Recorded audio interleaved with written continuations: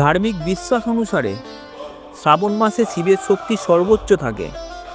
এই সময় শিবের উপাসনা করলে সমস্ত পাপ থেকে মুক্তি ও চাওয়া পূর্ণ হয়।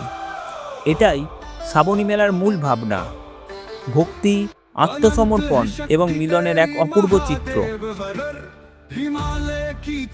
একজন ভক্ত যখন 1000 কিলোমিটার পায়ে হেঁটে কাঁধে জলভর্তি ঘট নিয়ে এগিয়ে চলে, তখন সেটা শুধুই একটি যাত্রা নয়, সেটি হয় ঈশ্বরের প্রতি নিঃশর্ত ভালোবাসার প্রতীক।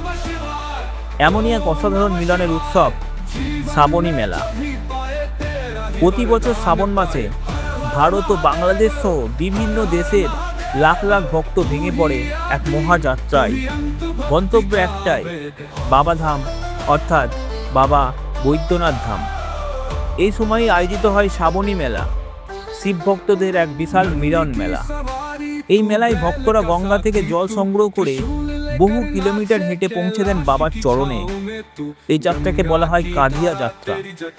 এই যাত্রা শুধু দেহের পরিশ্রম নয়, এটা আত্মার এক কঠিন সাধনা। গায়ে গেরুয়া কাপড়, হাতে কাঁধে গঙ্গা জল, আর মুখে ভোলে বাবা পার কারেগা, যেন এক চলন্ত তপস্যার সাগর। এই সময় দেবঘর, জসিডি, সুলতানগঞ্জ, তারকেশ্বর বা নানান পথে কাঁধিয়া ভক্তদের ঢল নামে। শুধু পুরুষ নয়, নারীরাও, এমনকি শিশুরাও এই যাত্রায় অংশ নেয়, পূর্ণ বিশ্বাস আর ভালোবাসা নিয়ে।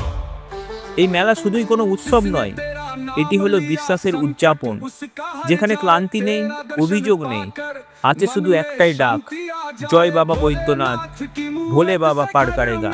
তাই আসুন শ্রাবণ মাসে আমরা মিলিত হই এই অপার আস্থার উৎসবে, শ্রাবণী মেলায়। এই ভিডিও ভালো লাগলে লাইক, শেয়ার আর সাবস্ক্রাইব করতে ভুলবেন না। কমেন্টে লিখুন আপনি কখন গিয়েছেন শ্রাবণী মেলায়। भक्ति का